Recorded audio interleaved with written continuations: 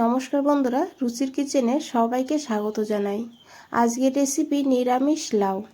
এই গরমের দুপুরে এরকম নিরামিষ লাউয়ের রেসিপি থাকলে এই দিয়েই কিন্তু বাড়ির সবাই তৃপ্তি করে ভাত খাবে।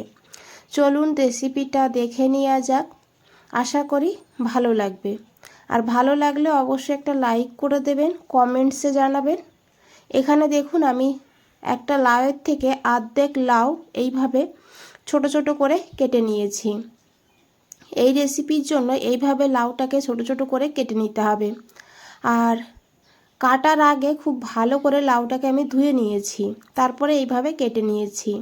এখানে দেখুন আমি মুগের ডাল ভিজিয়ে রেখেছিলাম 1 ঘন্টা আগে। 1 মুঠ মুগের ডাল খুব ভালো করে ধুয়ে তারপরে জল দিয়ে ভিজিয়ে রেখে দিয়েছিলাম। জলটাকে ঝরিয়ে এখন রেখে দিয়েছি, কারণ ডালটাকে বেটে নেব, সেই কারণে। এই ডালের মধ্যে অল্প করে একটু আদা দিয়েছি, আর দিয়েছি এখানে কাঁচা লঙ্কা একটা। আর এখন এই ডালটাকে মিক্সার গ্রাইন্ডারের মধ্যে দিয়ে ডালটাকে পেস্ট করে নেব। তবে কিন্তু এখানে জলের ব্যবহার করব না, জল ছাড়াই আমি ডালটাকে বেটে নেব। যদি জলের প্রয়োজন হয় তাহলে 1 থেকে 2 চামচ জল দিতে পারেন, খুব বেশি জল দেবেন না। তো দেখুন আমি এইভাবে ডালটাকে বন্ধুরা বেটে নিয়েছি। আর ডালটাকে কিন্তু একদম মিহি পেস্ট করা যাবে না, একটু দরদরা রেখে ডালটাকে বেটে নেব, মানে হালকা ডালের দানা দানা থাকবে সেইভাবে ডালটাকে আমি এখানে বেটে নিয়েছি। দেখুন এখন এই ডালের মধ্যে দিয়েছি অল্প করে একটু লবণ, আর দিয়েছি অল্প করে একটু হলুদের গুঁড়ো।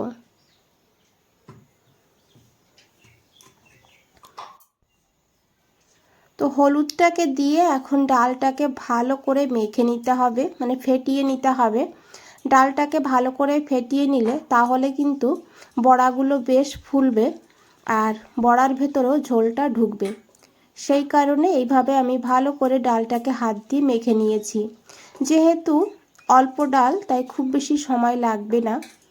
তো দেখুন আমি এইভাবে ডালটাকে মেখে নিয়েছি। আর এদিকে দেখুন একটা কড়াই বসিয়ে দিয়েছি। এখন এখানে দিয়েছি সাদা তিল 2 চামচ।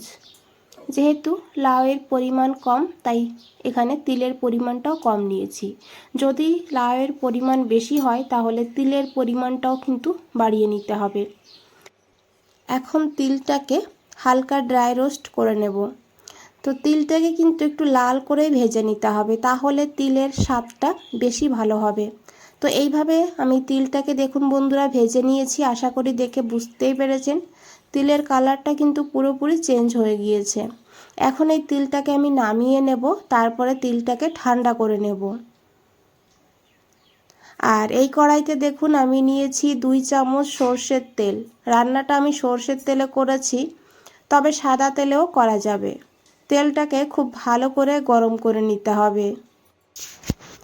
আর এদিকে দেখুন সেই ডালের ব্যাটার নিয়ে নিয়েছি।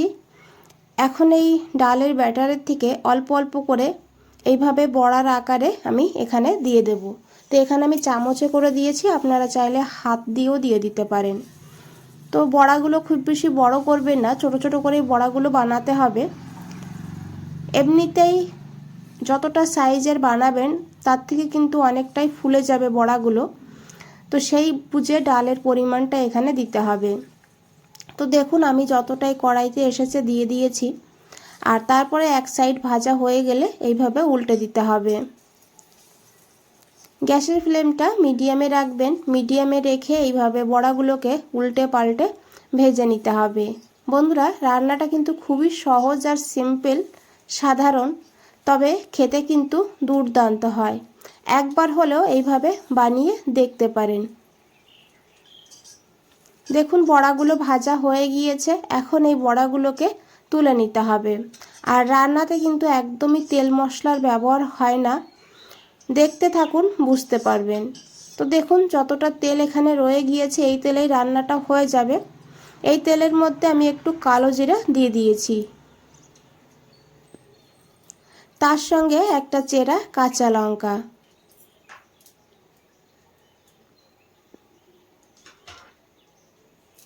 এখন এই ফোড়নটাকে ভালো করে ভেজে নেব।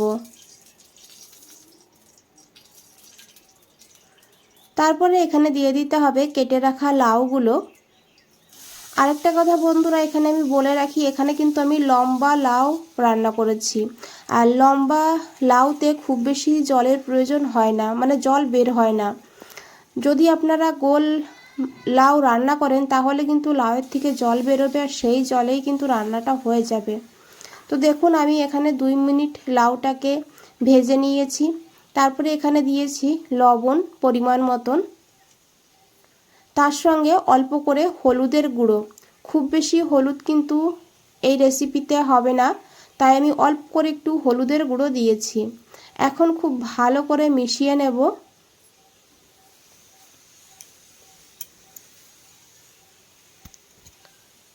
তারপরে ঢাকা দিয়ে লো ফ্লেমে 2 মিনিট রেখে দেব।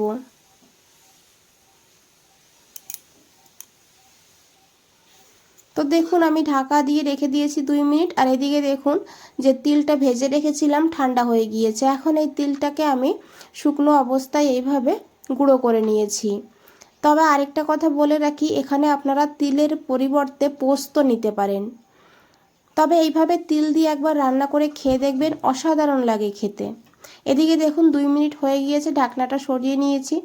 এখন একবার খুব ভালো করে মিশিয়ে নেব। আর আশা করি দেখে বুঝতেই পেরেছেন লাউয়ের থেকে কিন্তু একদমই জল বের হয়নি, কারণ আমি লম্বা লাউ রান্না করেছি। আগেই বলেছি আমি গোল লাউ রান্না করলে তাহলে কিন্তু লাউয়ের জলেই রান্নাটা হয়ে যাবে। এই সময় এই তিল বাটাটা দিয়ে ভালো করে মিশিয়ে ঢাকা দিয়ে রান্না করে নেবেন আরও 5 মিনিট। এখানে যেহেতু একটু জল বের হয়নি, তাই আমি তিল বাটাটাকে দিয়ে খুব ভালো করে মিশিয়ে নিয়ে এখানে 1 গ্লাস গরম জল দিয়েছি। দিয়ে ভালো করে মিশিয়ে নেব যাতে লাউটা খুব ভালোভাবে সিদ্ধ হয়ে যায়। আর যেহেতু ডালের বড়া দেব, বড়াতেও কিন্তু ঝোল টানবে, সেই কারণে খুব ভালো করে মিশিয়ে নিয়েছি। আর দেখুন ঝোলটা ফুটতেও শুরু করে দিয়েছে। এখন এখানে আমি এই বড়াগুলো দিয়ে দিয়েছি। বড়াটাকে দিয়ে খুব ভালো করে মিশিয়ে নিতে হবে।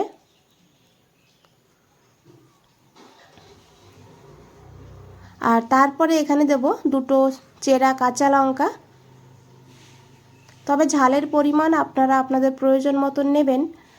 আর দিয়েছি 1/2 চামচ চিনি, যেহেতু লাউয়ের নিরামিষ তাই একটু চিনি তো দিতেই হবে, টেস্টটা সুন্দরভাবে ব্যালেন্স হবে।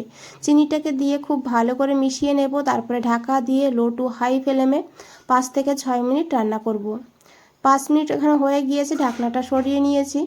এখন একবার খুব ভালো করে মিশিয়ে নিতে হবে। আর এখানে কিন্তু লাউ সিদ্ধ হয়ে গিয়েছে দেখুন। আর বড়াগুলো একদম রসালো হয়েছে, দেখে বুঝতেই পেরেছেন বন্ধুরা। রেসিপিটা দেখে যদি একটু ভালো লেগে থাকে একটা লাইক করে দেবেন, চ্যানেলটাকে সাবস্ক্রাইব করে পাশে থাকবেন, কমেন্টসে জানাবেন কেমন লেগেছে। দিয়েছি একটু ধনেপাতা কুচি, হাতের কাছে থাকলে অবশ্যই দেবেন, সুন্দর একটা ফ্লেভার হয়। ধনেপাতা দিয়ে খুব ভালো করে মিশিয়ে নিয়েছি, তারপরে গ্যাসটা বন্ধ করে দিয়েছি। রান্নাটা এইভাবে মাখো মাখো করেই করতে হবে।